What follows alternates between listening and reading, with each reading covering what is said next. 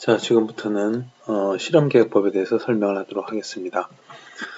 지난주까지 관리도 및 공정능력 분석 등을 했었고, 이번 주부터는 실제로 최적 설계, 최적 공정 설계를 위해서 어떤 작업을 해야 되는지에 대해서 설명을 하도록 하겠습니다. 그래서 이 실험계획법이라고 하는 것은 이렇게 디자인 오브 익스페리먼트라고 해서 보통 DOE를 가지고 해서 DOE라고 많이 부르게 됩니다. 그래서 실험의 종류는 우리가 크게 보면 이렇게 한 세 가지 정도의 경향으로 볼 수가 있고 방식으로 볼 수가 있고 그리고 내용적으로 또는 설명적으로는 다음과 같이 볼 수가 있습니다. 그래서 첫 번째 우리가 해야 될 부분들은 실험 계획이라고 하는 것은 변수들로부터 어떤 특정 변수들로부터 그 변수들이 가지고 있는 특성들을 분석을 해서 그래서 최적의 반응치를 얻기 위한 변수가 과연 어떻게 설정이 되어야 하느냐라는 부분을 다루는 겁니다. 그래서 첫 번째는 여러 가지 변수들이 많다라고 하면 그 변수들을 찾아내는 그리고 많았던 변수들에서부터 주요한 인자들을 뽑아내는 방식의 실험계획법을 많이 다루게 됩니다.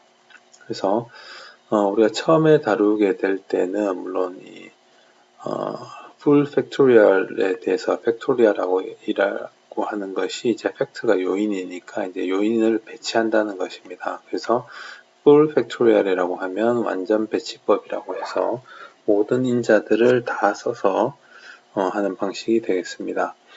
그런데 이제 실제로 사용을 하다 보면 이런 여기 나와 있듯이 fractional factorial을 쓰게 되는데 fractional이라고 한 게 일부만 쓴다는 거죠. 그래서 일부 배치법을 쓰게 됩니다. 그래서 처음에 전체적으로 한 5개에서 7개, 좀 많긴 하지만 4개 정도에서 한 7개 정도의 요인을 뽑은 다음에 이것을 각 이 요인에 대해서 이 수준씩을 가지고 실험계획법을 하고 나면 이 중에서 이 5개에서 7개의 요인 중에서 과연 어떤 요인이 가장 영향력이 있는 것들인가 그리고 지금 현재로는 영향력이 부족하기 때문에 제외를 해야 되는 인자는 어떤 것인가 라는 것을 알 수가 있습니다. 그래서 이 5가지에서 7가지 정도의 요인에서부터 실제로 우리가 다룰 2개 내지 3개의 요인에 대해서 우리가 이 특성을 디자인을 하도록 합니다. 그래서 여기서는 이제 각 변수들 간에 주요하게 어느 것이 더 영향이 있는 것을 보는 것이고 여기서는 그렇다면 그 인자들이 과연 어떠한 영향을 주는 것이냐라는 부분을 다루게 됩니다.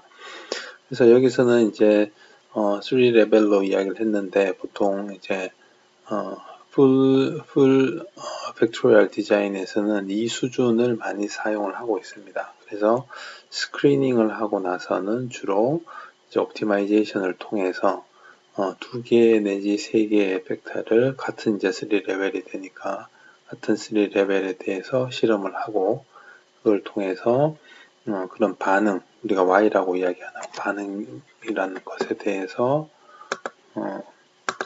여기 하면은 우리가 이제 여기 있던 인자라고 하는 것은 보통 이제 X를 말하는 것들이고 여기서 이제 반응이라고 하는 것이 이제 Y를 말하는 것이 되겠습니다. 그래서 여기에 나와 있듯이 이런 반응들을 표면으로 만들어서 연구를 하는 것들이 되겠습니다.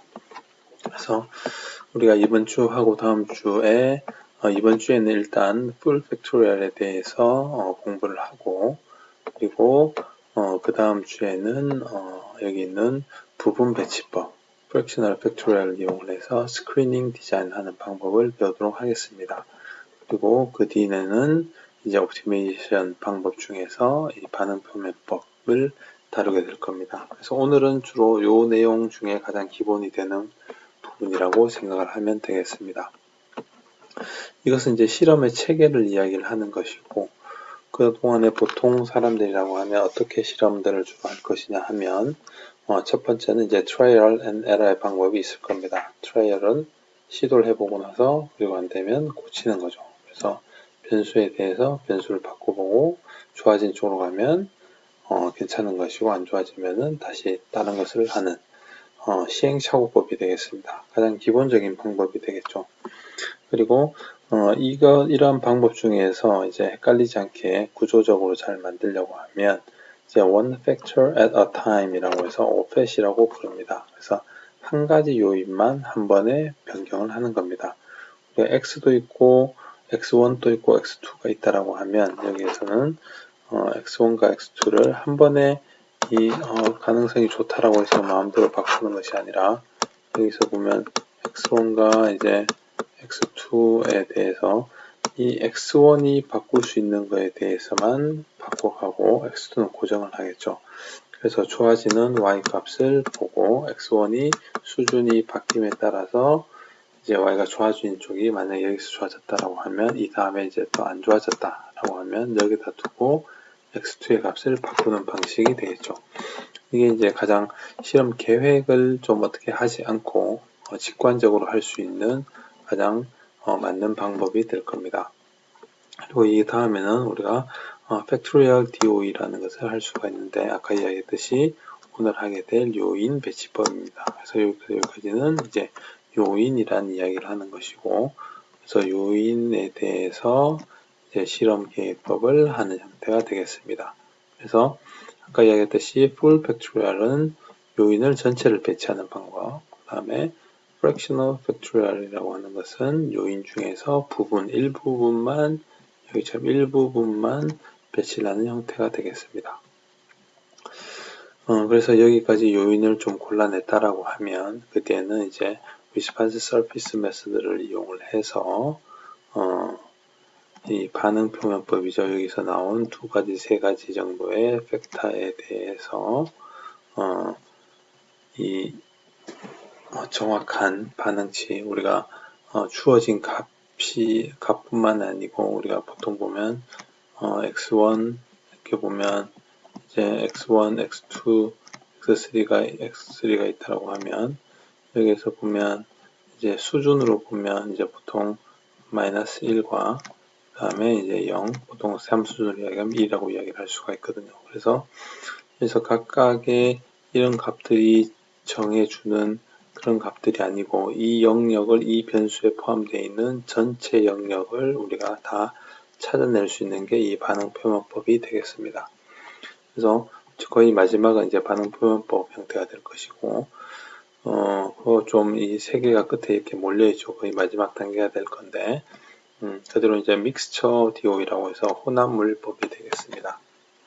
혼합물법이라고 하는 거는 우리가 생각을 해보면 예를 들어서 이제 시멘트를 만든다라고 하면 시멘트를 섞는다라고 하면 이제 시멘트에는 우리가 이 시멘트에 들어가는 콘크리트를 한다고 하면 시멘트 가루하고 그리고 물, 모래 이런 것들이 들어가겠죠. 그럴 때 이 중량비를 다루어야 된다라고 하면 만약에 이제 시멘트를 이렇게 시멘트만 올려버리면 그럼 전체 중량비니까 나머지는 자동으로 떨어지게 되겠죠. 그래서 x1과 x2가 서로 독립적이지 않고 x1을 올리게 되면 x2가 떨어지는 경우 서로 연관되어서 움직일 때 쓸 수 있는 방식이 믹스처 DOE가 되겠습니다. 그래서 우리 책의 가장 뒤쪽에 나와 있는 부분이 될 것이고요. 그래서 이 부분은 나중에 되는 사람들은 할 수 있도록 하겠습니다. 그리고 다구치 방법이라고 하는 것도 굉장히 많이 쓰이는 방법인데 다구치 방법은 이 강건 설계 중에 한 가지 방법이 되겠습니다. 그래서 강건 설계 로버스트 디자인이라고 하면 우리가 이제 변수들이 굉장히 많아요. 변수들이 굉장히 많은데 그것들이 노이즈도 다 포함이 되어 있고 그랬을 때 각 변수들을 어떤 직교화된 표를 이용을 해서 그 안에서 이제 실험 계획수를 줄이고 그리고 이제 노이즈를 줄이는 방법. 그래서 기본적으로 3포를 줄이는 방식의 최적 설계를 수행을 하고 목표를 옮기는 방식의 최적 설계를 수행하는 방법입니다. 위쪽에 있는 이런 방식들은 3포보다 목표를 주로 옮기는 방식이 되고 다구치는 3포와 목표를 같이 다루기 때문에 우리가 강건 설계라고 해서 많이 이루어지고 있습니다.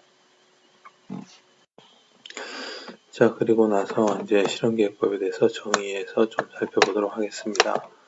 실험계획법에서 우리가 이야기하고 있는 실제 정의라고 하면 실험에 대한 계획 방법을 말하는 것입니다.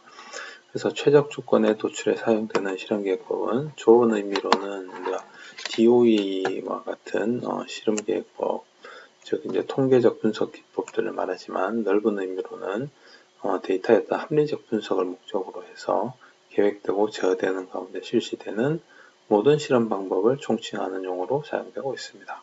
그래서 결과적으로는 최소의 실험 횟수에서 최대의 정보를 얻도록 하는 것이 되겠습니다.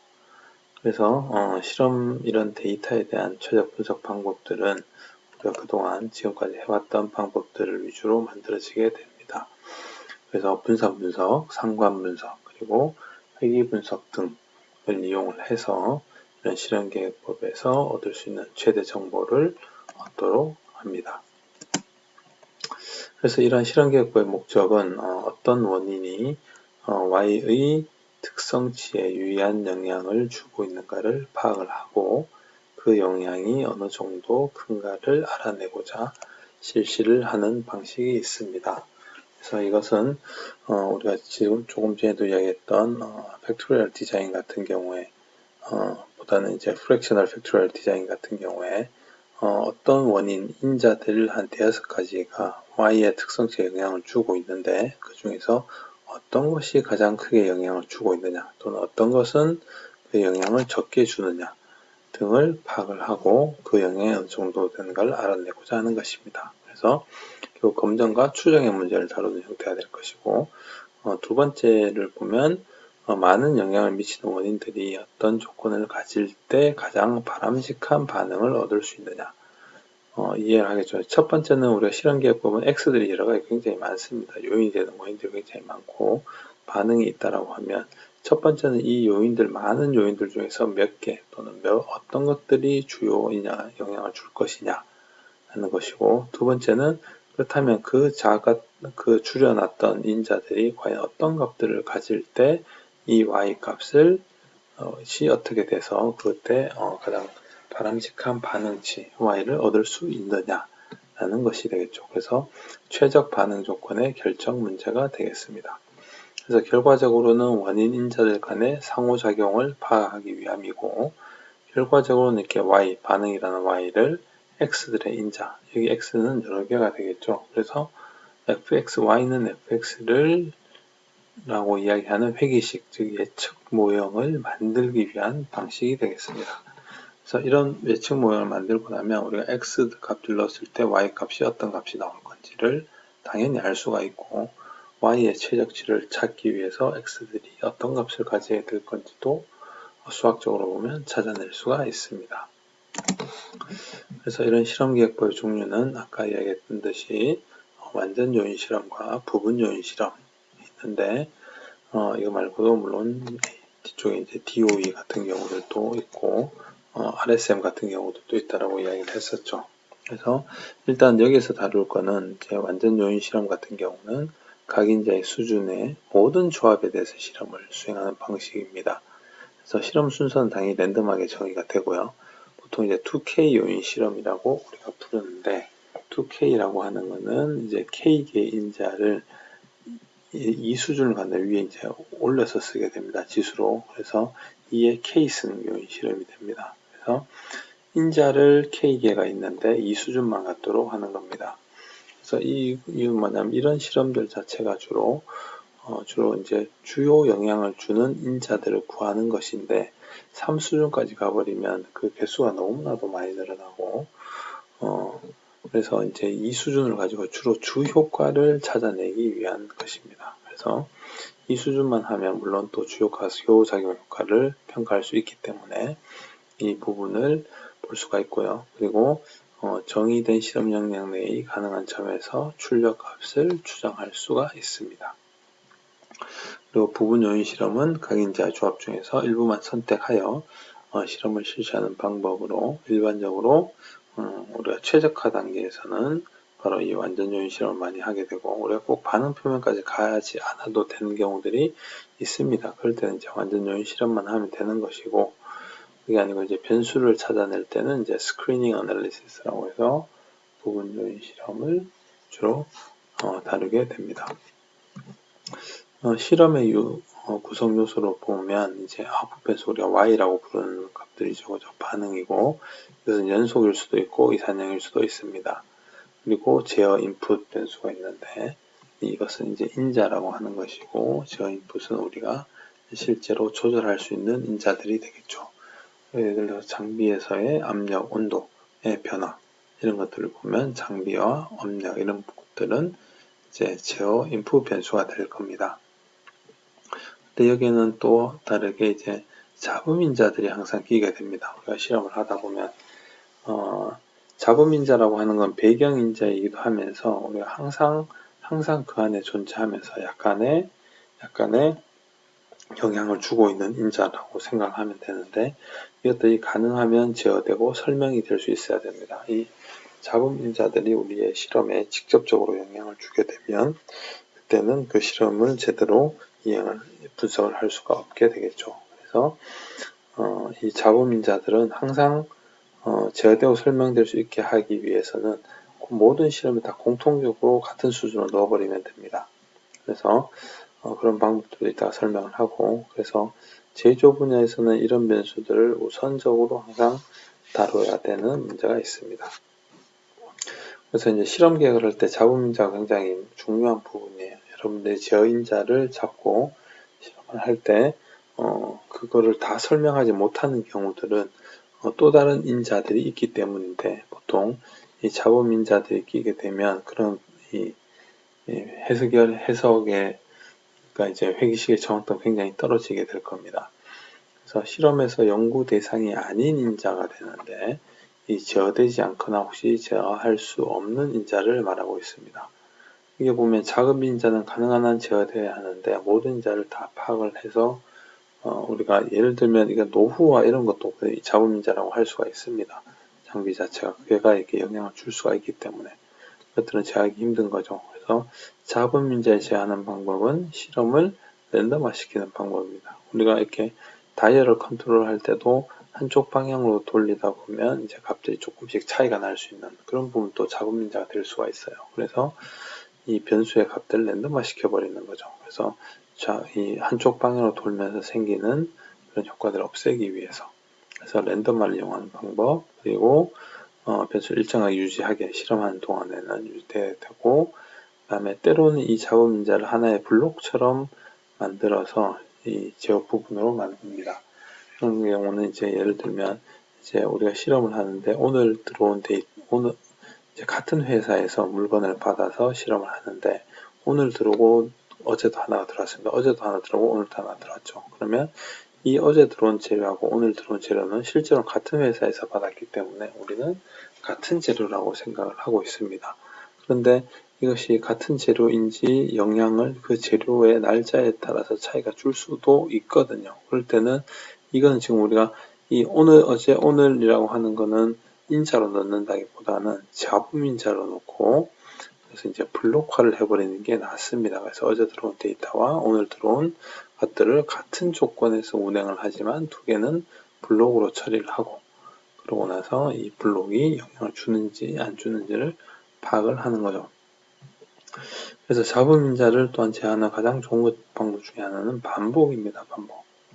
그래서 똑같은 것들을 똑같은 실험을 여러 번 반복하는 거죠. 그래서 같은 수준에서 지속적으로 반복할 수도 있고 전체 틀을 하나씩 복사해 가면서 반복을 할 수도 있습니다. 그것이 이제 repetition과 replication의 차이가 되겠습니다.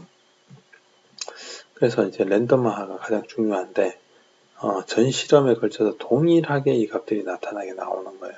그렇게 되면 이제 이 인자들이 공평하게 다 들어갈 수 있으니까 이제 랜덤이 되는 것이고, 잡음 효과를 반영하기 위해서 또는 여러 랜덤화 방법을 세울 수 있는데 아까 얘기했듯이 랜덤화, 실행 순서, 그 다음에 처리 수준 조합에 랜덤하게 배정, 그 다음에 실험실 샘플을 랜덤하게 정한다 등등이 있겠습니다.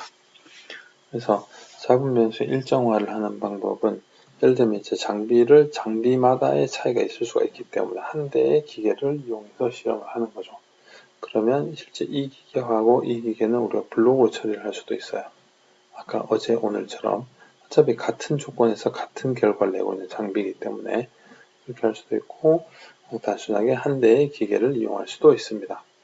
그리고 연구를 하루, 날짜가 바뀌면 달라질 수가 있으니까 또는 1회 작업 시간 내에 다 수행을 하는 거죠. 그러면 이 작업 변수들이 일정화가 될 겁니다. 그리고 작업자도 역시 동일한 사람이 하도록 하면 되겠죠. 그래서 조금 전에 이야기했던 것 중에서 어제 오늘 데이터 또는 기계 간의 데이터를 블록화라고 우리가 처리를 많이 하게 되는데 잡음인자를 실험의 한 부분으로 만드는 것입니다. 그래서 블록은 그전에 공정능력 연구하고 이럴 때 다루었던 부분군을 하는 거하고 좀 비슷합니다. 기계의 군을 다르게 뒀던 거하고 비슷한데 이 블록 안에 3포가 블록 내 3포보다 커지면 블록 내의 3포보다 블록 안의 3포가 더 커지면 이 잡음인자가 영향을 받게 되는 거겠죠.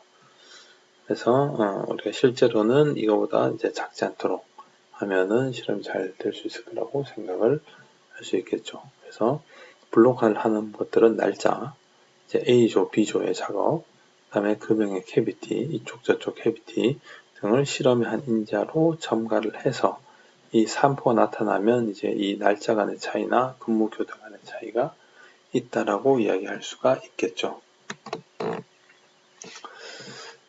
자, 아까 전에 이제 반복을 하면서 없앤다고 했는데 반복은 이제 repetition은 한 실험 조건, 동일한 인자 수준 조합에서 여러 개의 샘플을 측정한다. 한 실험 조건에서 여러 개의 샘플을 측정하고 replication은 이제 시간차를 두고 전체 실험을 전체를 반복하느냐, 같은 거를 측정을 여러 번 다시 하느냐 그런 형태가 될 겁니다. 그래서 동일한 실험에서 두 방법을 모두 이용할 수도 있고 그래서 샘플 크기와 직접 관련이 있습니다. 예를 들어서 이제 이렇게 실험을 이제 압력하고 온도를 바꿔가면서 실험을 하려고 하네요. 이렇게 두 개 둘 다 하이로, 로 하이, 로 이렇게 하이로 이렇게 하면 네 가지 방식이 있겠죠. 그 중에서 이렇게 순간적으로 이렇게 하이가 같이 옆에 하고 같이 똑같이 들어간 것들을 우리가 반복이라고 이야기를 하는 겁니다. 그래서 시퀀스에서 이거 찾을 때 테스트 시퀀스에서 보면 이것을 같은 샘플에서 찍을 수도 있겠죠.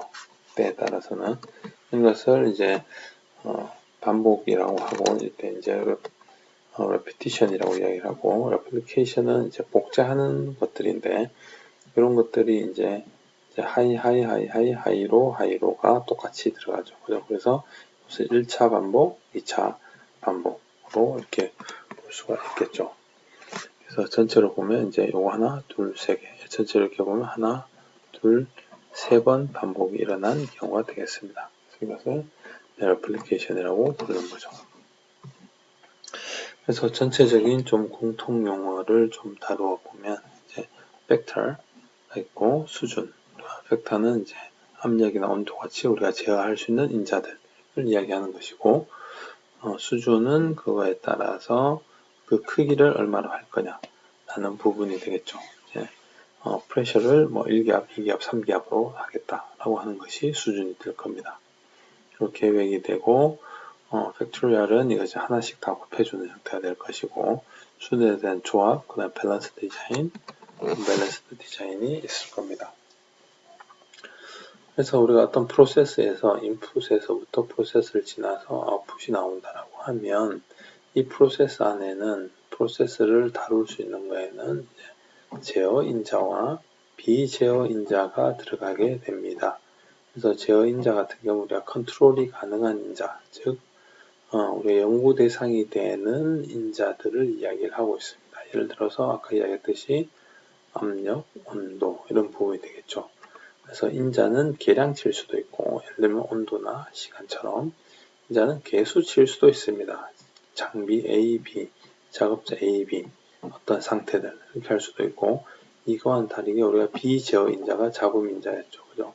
그래서 이것들은 우리 실험에서 항상 똑같이 이것들이 영향을 줄 수 있도록 해주면 된다라고 했습니다.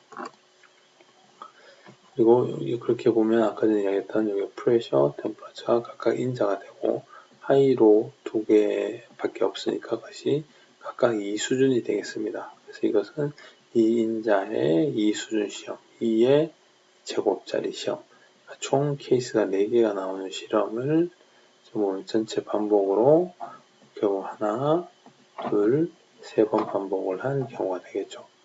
근데 3번 반복을 하는데 그 안에 반복에서는 리피티션이 또 한 번씩 들어가는 거죠. 그러니까 이 블록 처리를 만약에 한다 그러면 블록이 3번이 되고 반복이 2번이 되고 그런 형태가 될 겁니다.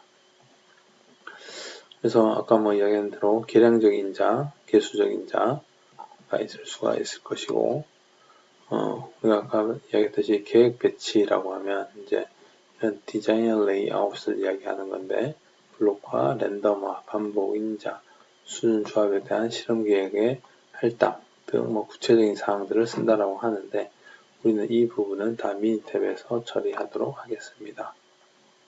그래서 팩토리얼이라고 하면 기본적인 계획 기술인데 만약에 233이라고 하면 3개의 인자가 포함된 실험으로 각 인자가 2개씩 가지게 되니까 2개, 3개, 3개를 가진다는 겁니다. 그래서 이렇게 된 실험이라고 하면 2 곱하기 3 곱하기 3 해서 18개의 조합이 존재하게 됩니다. 이 실험 같은 경우에는 지금 하이로 밖에 없고 변수가 2개니까 2 곱하기 2의 실험이 됩니다. 그래서 2 곱하기 2 팩토리얼 디자인이 되겠죠. 그리고 수준의 조합 같은 경우는 이제 우리가 이걸 하나의 각 변수를 잡아서 이제 하나의 런이 되겠죠. 하나의 실행 횟수가 될 건데 이것이 이제 하나의 셀 또는 실험 수행 조건이라고 볼 수가 있을 겁니다. 그래서 템퍼러처 프레셔가 모두 다 하이인 경우, 로우인 경우, 로우인 경우, 이제 하이인 경우 그런 경우들이 있겠죠. 하이로인 경우까지 이렇게 볼 수가 있을 거고요. 그 다음에 밸런스드 디자인이라고 한 것은 각 조합별로 총 딱 서로 짝이 맞도록. 그래서 이제 4개인데 4개가 서로 2번의 반복이 일어났기 때문에 총 8개니까 밸런스드 디자인이라고 할 수가 있습니다. 이 경우는 이제 언밸런스드 디자인이라는 얘가 될 건데요. 각각 2개씩 가다 마지막에 안 된 경우가 있겠죠. 그래서 이런 경우는 언밸런스드 디자인이 될 겁니다. 그리고는 이제 모수 인자, 이렇게 인자의 수준이 구체적으로 정해지면 고정된다고 한다. 고정된 인자에 대한 부분들, 변동 인자에 대한 부분들, 우리는 주로 이제 변동 인자를 이제 다루게 되는 부분이 되겠죠. 그 다음에 이제 K차 교호작용은 서로 인풋 간에 서로 곱해져서 나오는 항들. 이 압력하고 온도가 있다 하면 압력과 온도가 서로 영향을 주는 경우, 서로 영향을 준다는 것이 이제 반응치에 이제 각각 온도가 정해져 있을 때 압력이 바뀌어도 온도의 방향대로 쭉 가는 게 아니고 그 특정 압력의 값에 따라서 온도 값이 영향을 받는다. 온도의 값에 따라 영향을 받는다. 라고 하면 교호작용이 존재를 한다는 거죠. 회기식 상에 2개의 고배항이 들어가 있는 경우가 되겠습니다. 그래서 효과라고 하는 것은 한 이제 2수준 또는 2개 실험에 대한 반응치, 평균의 차이, 메인 이펙트 플랫 같은 데서 이제 나오는 이야기가 될 것이고 실험 영역은 실험 가능한 모든 조합이 되겠죠. 그래서 주효과는 한 인자의 수준 변화에 따른 평균 변화량, 한 인자의 직접적으로 변화, 1창에 대한 거가 됩니다. 하나가 바뀌었을 때 한 인자의 수준에 따라서 어느 정도 평균이 어느 정도 바뀌느냐. 교호작용은 아까 이야기했듯이 각 인자의 단일 효과보다는 크게 나타난 2개의 인자의 영향이 겹쳐져서 합쳐져서 나오는 효과를 말합니다. 그리고 이것도 역시 요인 배치법도 나중에 회기식으로 가기 때문에 회기식 상에서 다루게 되는 다중공선성에 대한 문제나 분산 팽창 인수들이 나오게 됩니다. 다중공선성은 예를 들면 예측 변수 간의 상관성을 이야기를 하고 있습니다. 예를 들어 우리가 인자를 선택을 했는데 어떤 변수 인자를 선택을 했는데 운동 에너지와 속도를 선택을 했다고 칩시다. 그러면 보통 운동 에너지는 이제 mv의 제곱이니까 운동 에너지는 속도의 제곱에 비례를 하겠죠. 그런데 운동 에너지와 속도가 같이 모두 X인자라고 하면 이 두 개의 관계가 굉장히 나타나겠죠. 그죠? 그렇게 되면 다중공선성이 굉장히 높게 나오고 서로 영향이 주고 있다라는 이야기를 합니다. 그럼 이 경우는 이제 이 두 개를 다 쓸 필요가 없는 거죠. 하나만 써야 되겠죠. 속도 V만 쓴다든가. 그렇게 해서 이제 이 예측 변수 간의 상관성이 높아지게 나오면 이 회기식들이 신뢰도가 떨어지게 됩니다. 그래서 이런 다중 공선성을 표시를 해주는 것이 이제 분산 팽창 인수가 되는데 VIF라고 불리는 값이 됩니다. 그래서 다중 공선성이 높은 인자를 평가를 합니다. 그래서 이 값이 10 이상이 되면 회기식의 산포도가 증가를 하면서 회기식의 신뢰도가 하락된다라고 알고 있습니다. 그래서 각 인자들 하나에 대해서 만약 3개, 4개 인자라고 하면 4개 인자 중에서 한 인자를 다른 3개 인자로 표시했을 때 R스퀘어 값을 써서 이것을 1-R스퀘어분의 1이 되면 그 인자의 VIF 값이 됩니다. 분산 팽창 인수가. 그랬을 때 이 값이 10 이상이 되면 보통은 제일 적하면 영향이 없으면 전혀 영향이 없으면 이 값이 0이 될 겁니다. 0이 되면 VIF가 1이 되면 완전히 독립적, 서로 X길이 독립적이라는 이야기를 하는 것이고 이 값이 10 이상이 되면 문제가 있기 때문에 그때는 변수를 제외를 해야 된다라고 이야기를 하는 겁니다. 자, 여기까지 일단 강의를 하고 이제 이 탭을 통해서 실습을 해보도록 하겠습니다. 자, 이렇게 미니 탭을 띄우고 나서 지금 해야 될 부분은 실험 계획법 중에서 요인 설계가 되겠습니다. 그래서 요인 설계로 가서 지금 요인 설계 생성을 가보도록 하겠습니다. 그래서 여기서 보면은 주로 다 2수준 요인이 되어 있죠. 그죠? 그래서 2수준 요인이고 요인의 개수가 들어갑니다. 2개부터 여기서 보면 15개까지 들어갈 수가 있어요. 그래서 일단 여기 사용 가능한 설계 표시를 한번 보겠습니다. 그래서 여기서 보면 요인의 개수가 2부터 15까지가 있고 그다음에 런 수가 이렇게 쭉 나와 있습니다. 그래서 이 요인이 되면은 2인자이기 때문에 2인자 2수준이기 때문에 4개의 수행을 셀을 실행을 해야 된다. 런이 해야 되는 것이고 그러면 완전히 되는 겁니다. 수인자가 3개인 경우에는 2의 3승이 되니까 8개겠죠. 4개인 경우에는 16개가 되고 근데 이 뒤로 갈수록 그만큼을 다 할 수가 없습니다. 실제로. 그렇기 때문에 해서 다 하지 않고 녹색 같은 경우는 완전으로 되어 있는 다 한 경우를 이야기를 하는 것이고 여기서 이제 숫자들이 이렇게 쭉 쓰여져 있는 부분들이 있는데 이런 부분들을 우리가 나중에 우리가 해상도라고 이야기를 합니다. 그래서 부분 배치에 가서 부분 배치에서 이제 이 이야기를 해볼 건데 당연히 우리가 색깔로 이렇게 되어 있으면 녹색은 가능하고 노란색은 조금 위험하지만 가능하고 빨간색은 하면 안 되겠다라는 정도를 알 수가 있을 겁니다. 그래서 이 해상도가 예를 들면 4라고 하면 이제 우리가 인자 하나가 있는 게 이제 1주 효과만 포함되는 게 이제 1차 1이거든요.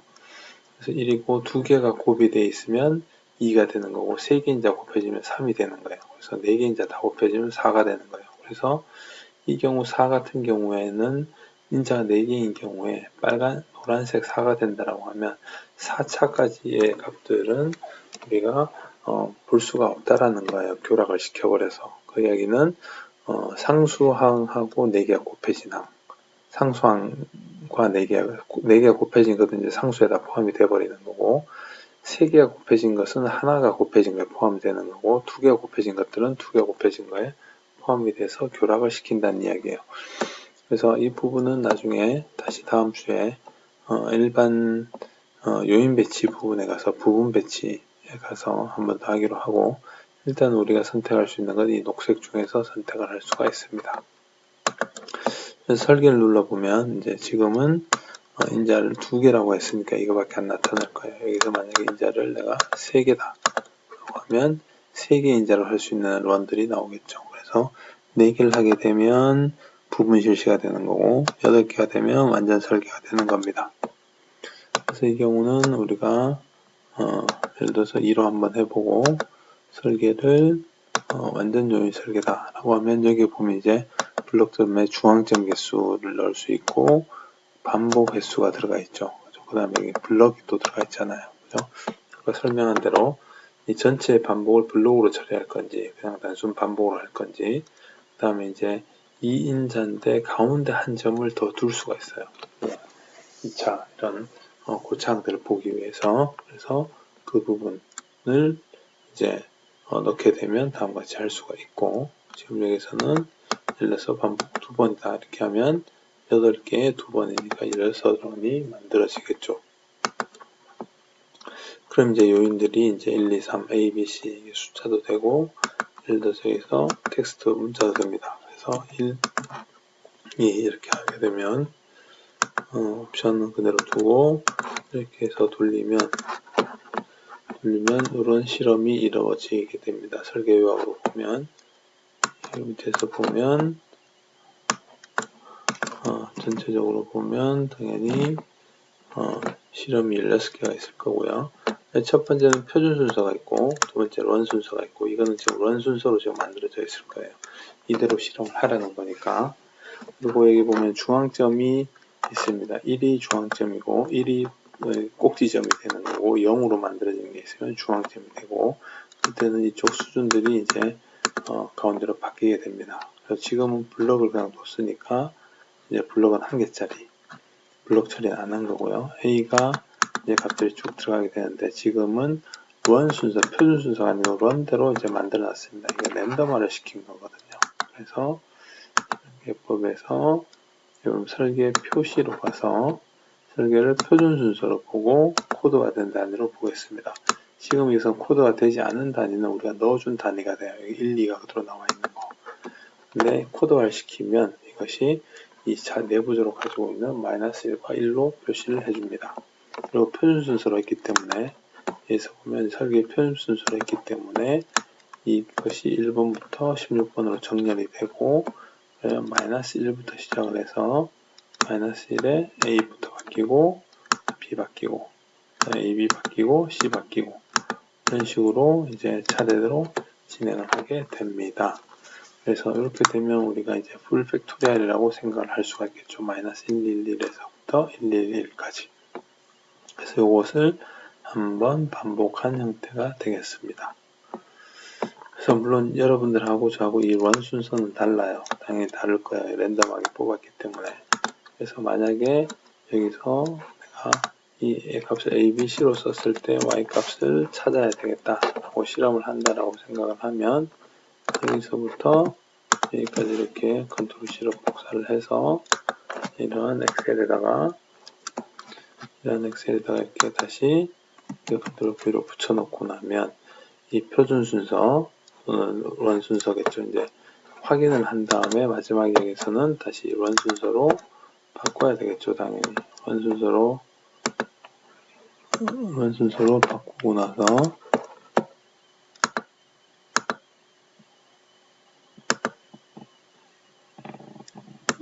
지금 이 부분을 지금 Y 값을 넣어버려서 없습니다. 런 순서로 바꾸고 나면 지금 런 순서로 되어 있으니까 이대로 이렇게 복사를 해서 엑셀로 가져가서 여러분들 여기다가 Y 값을 가지고 실험을 하는 거예요. 그래서 A는 1에 놓고 B는 -1에 놓고 C는 -1에 놓은 다음에 값을 얻겠죠. 그래서 쭉 값을 얻은 다음에 이 Y 값을 여기다가 붙여넣으면 됩니다. 이런 식으로 가지고 가면 할 수가 있어요. 그래서 이제 다 끝나고 나면 이제 분석을 하면 되는데 지금 우리는 실험 데이터를 보면 엑셀 데이터 중에서 여기서 보면 엑셀 데이터 중에서 2K 요인 배치라고 하는 탭이 있습니다. 그래서 첫 번째 여기 있어요. 첫 번째 이건 뭐냐 하면 이게 이제 표준 순서고 이게 런 오더예요. 이렇게 돼 있을 때 중심점은 없고 블록은 다 하나로 돼 있고 블록 처리 없이 반복이 돼 있는 거죠. 그래서 첫 번째는 병, 두 번째는 종업원, 세 번째는 타임입니다. 그래서 책에 있는 예제가 되는데 예를 들면 이런 거예요.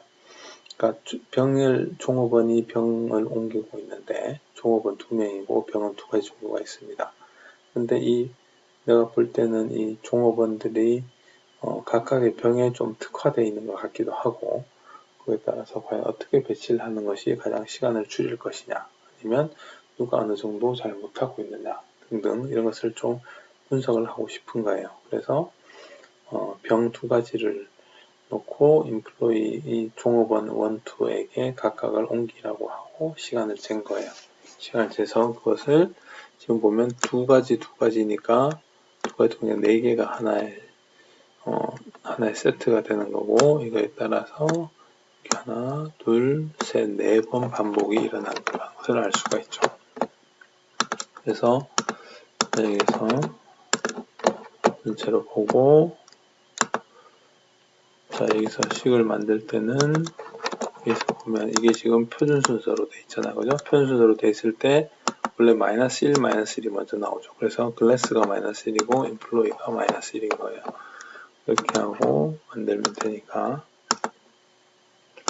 요인 설계 생성해서 2개 표시를 보면 지금 완전 밖에 없겠죠. 그 다음에 설계 완전하고 반복을 4번 하면 되겠죠. 전체니까 4번 하고, 요인은 첫 번째는 병이었죠. 병이고, 병은 우리가 숫자가 아닌 텍스트로 보고 낮은 수준이 처음에 나와 있는 거, 클래스. 여기서 보면 클래스가 먼저 나와 있잖아요. -1이에요. 플라스틱이 1 그리고 그 다음에 B 같은 경우에는 종업원이니까 B가 되고 1, 2인데 이것은 텍스트로 봅시다. 텍스트로 숫자가 아니고 1, 2 이렇게 보면 되니까 확인하고 나머지 그대로 두고 확인하면 다음같이 나올 것이고, 이것을 우리가 가져가서 실험을 해야 되는데 실험은 미리 돼 있으니 여기에서 설계 표시에서 표준 순서로 바꾼 다음에, 그러면 지금 여기서 보면 똑같죠, 그죠? 1이고 지금 클래스고 1이고 그 다음에 플라스틱이고 1이고, 그러니까 요것을 복사를 해다가 여기다가 붙여 넣으면 이제 실험이 끝난 형태가 될 겁니다. 그래서 이렇게 실험이 다 되었다라고 하면 그 다음에 이제 분석을 하러 가면 되겠죠. 그래서 실험 계획법에서 요인에서 보면 요인 설계 분석이 있습니다. 요인 설계 분석의 반응 타임을 넣고요.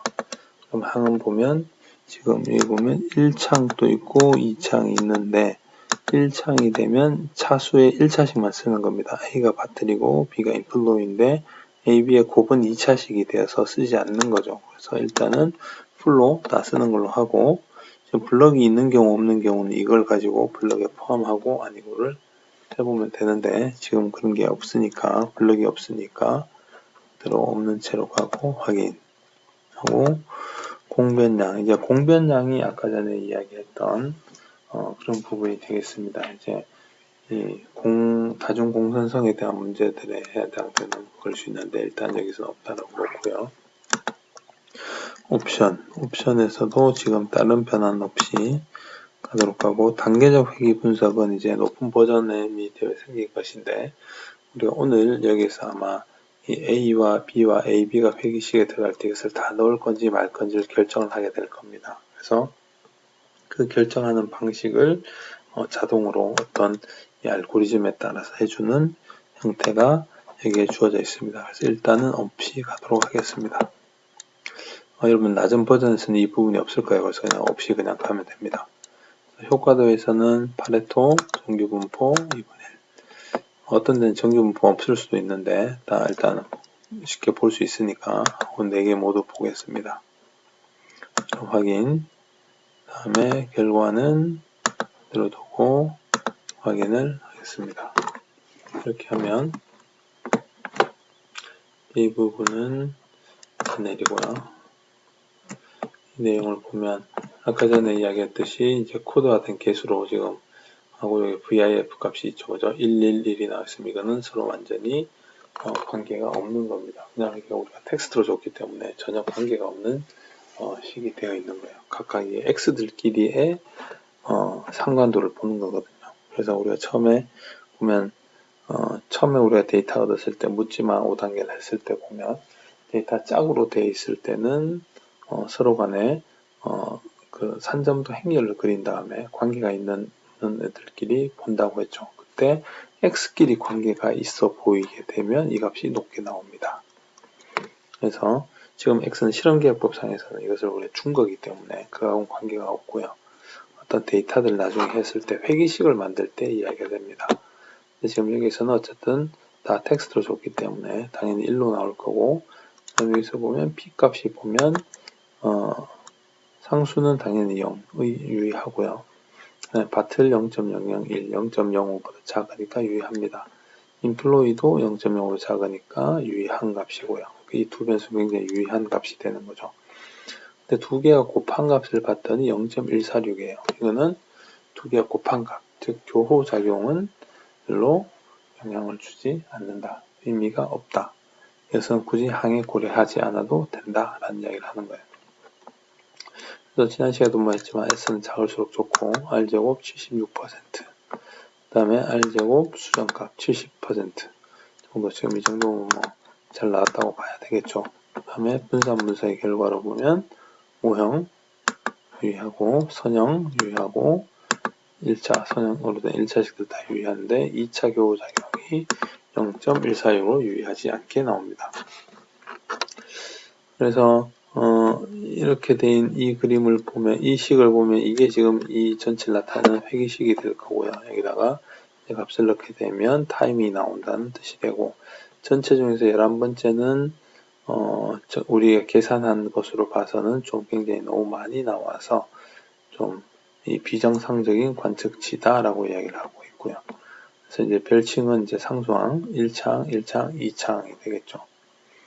그래서 표준화 효과의 정규 확률도라고 하는 거는, 이게 정규 확률도 우리가 이렇게 이 사이에 선이 놓이면 되는 거였는데, 그래서 이 선에 가까울수록 파란색이고 멀어질수록 빨간색이 뜨게 돼 있어요. 그래서 보면 빨간색은 유의함으로 나오죠. 그래서 이 정규 확률도상의 파란색은 이 정규 확률도상에 포함이 되어 버리는 거예요. 근데 이것은 이제 유의한 경우는 이제 벗어나게 되는 거죠. 정규 확률도상에서. 그래서 A와 B는 유의하고 A, B는 유의하지 않고, 이것은 2분의 1 정규 확률도는 이쪽 부분 이쪽으로 대칭으로 접은 거예요. 그래서 이렇게 나타내지는 거죠. 그래서 이것은 유의하지 않고 이것은 유의하고, 그러면 유의하지 않다는 것은 이 식을 넣을 필요가 없다는 거죠. 저항을. 그래서 그것을 파레토 차트로 보면 이렇게 잘 나와요. 여기에 이제 요 값이 알파가 0.05일 때 값이고, 이 라인을 넘으면 유의한 값, 이를 넘지 않으면 유의하지 않은 값이 되는 거예요.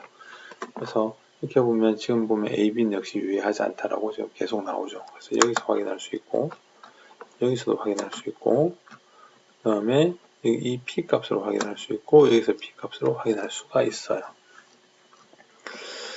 그래서 전체는 잔차 그림을 보면 이제 선상에 놓여 있고, 종 모양, 개수는 16개밖에 안 되지만 종 모양 같은 것들은 없으니까 괜찮게 나온 것 같고요. 그래서 이 자체를 그냥 회기식으로 봐도 돼요. 이 식을 이용을 해서 지금은 병도 의미가 있고, 누가 하든 간에 유리병을 옮길 때나 플라스틱 병을 옮길 때 다 차이가 나고, 그 다음에 종업원 1번 종업원이 하거나 2번 종업원이 할 때도 차이가 난다라고 지금 이야기를 하는 거죠. 근데 자, 여기서 아까 전에 우리가 이야기했듯이 바틀하고 엠플로이가 곱해진 것이 교호작용이 의미가 없다라고 했잖아요. 그죠? 그래서 일단 이걸 먼저 확인을 해볼게요. 실험계획법에서 요인에서 이제 일단 요인 그림을 한번 보면, 지금 표시할 항은 모형항만 넣고, 그 다음에 표시는 필요 없고, 그래프는 주요과도 하고 교호작용도를 표시를 다 하고, 모형에는 이 세 가지를 우리가 다 넣었죠. 그죠?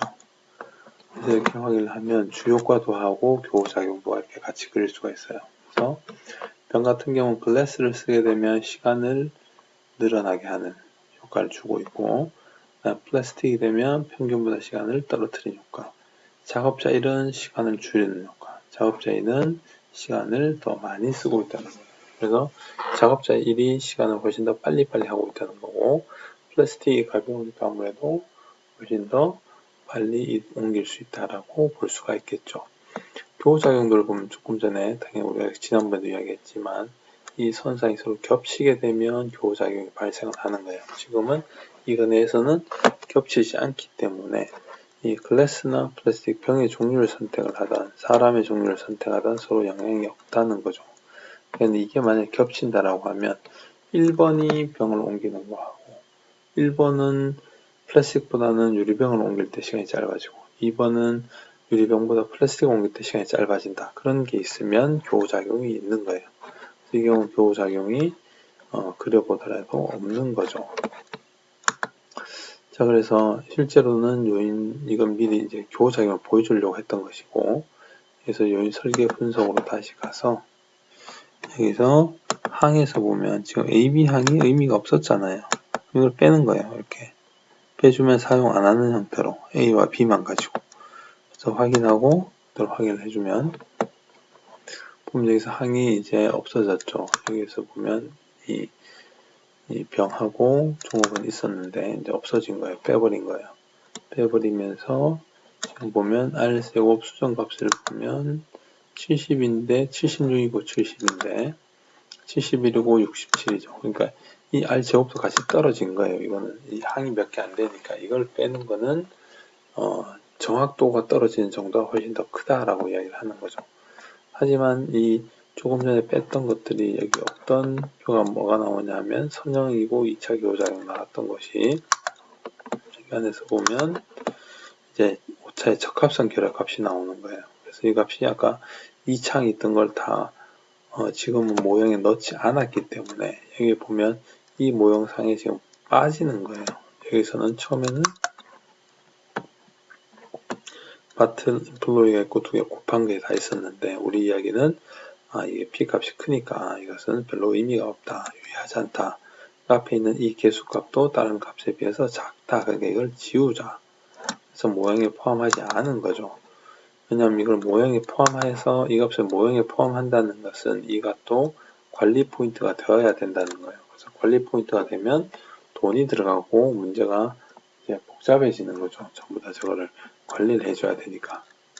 근데 이걸 빼고 났더니 정확도는 좀 떨어지고 아주 수정값이 떨어지긴 했지만 그래도 이 정도면 괜찮다 라고 생각을 한다라고 하면 쓸 수가 있는데 이것은 이게 뺐을 때 적합성들이 얼마만큼 부족해졌는지. 근데 P값이 0.05보다 크니까 이 값이 그대로 온 거죠.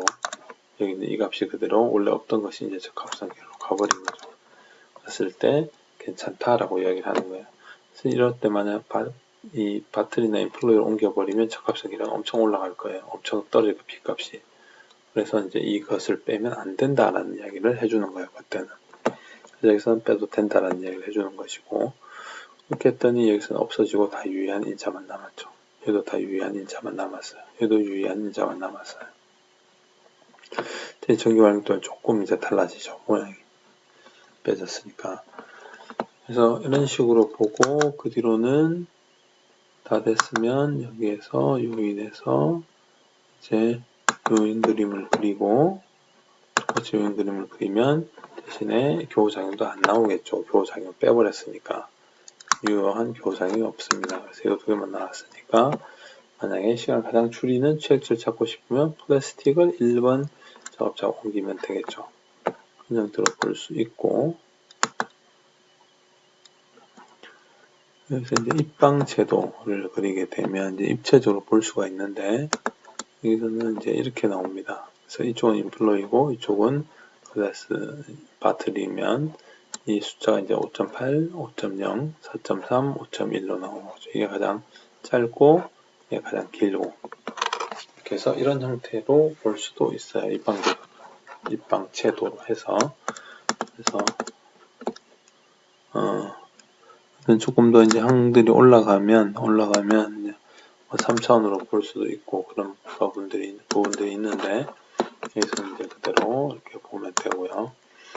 그래서 지금 조금 전에 이 그림에서 봤겠지만 지금 AB만 유의하게 남았잖아요. AB 곱해진 게 빼졌잖아요.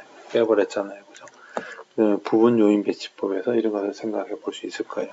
부분 요인 배치법에서는 여러 개의 더 인자가 많았는데 빼면서 이런 값들이 R스퀘어 값이 얼마나 유지가 되는지, R제곱 수정 값이 유지가 되는지를 보면서 개수들을 빼는 거예요. 그래서 19버전 같은 경우에는 여기서 이런 요인 설계 분석할 때 항에다가 이걸 모두 다 넣어놓고 나서 단계적 회귀에 가서 이런 정보기준 전진 선택법을 한다. 이렇게 해버리면 얘는 쭉 항에서 선택을 해서 이것을 이미 없애버린 값들이 나올 거예요. 이렇게 값선 계류를 해서 이미 다 제외하고만 나오겠죠. 그래서 우리의 결과하고 같은 결과를 얻을 수는 있습니다.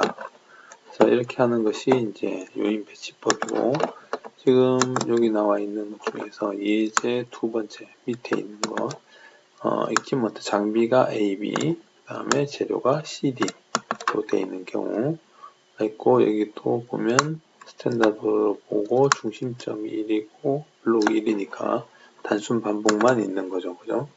여기서는 대신 AB고 CD가 두 개씩만 있으니까 여기도 당연히 4개가 한 세트고 그대로 돌아가는 형태가 될 겁니다. 그래도 이제 똑같은데 요 문제를 예제 요 문제를 풀어보고요. 다음에 잘 되는 사람들은 요 문제까지 다 풀 수 있도록 하겠습니다. 그래서 다음 시간에 이걸 한번 더 풀어주는 형태로 수업을 하고, 그 뒤로 3인자 이수준 배치하고 요것은 빼고요. 다음에 보면 부분 배치법에 대해서 진행을 하도록 할 겁니다. 부분 배치법은 일단 보면 변수가 많죠. 훨씬 더 많은 변수부터 시작을 하니까 이렇게 볼 수가 있을 겁니다.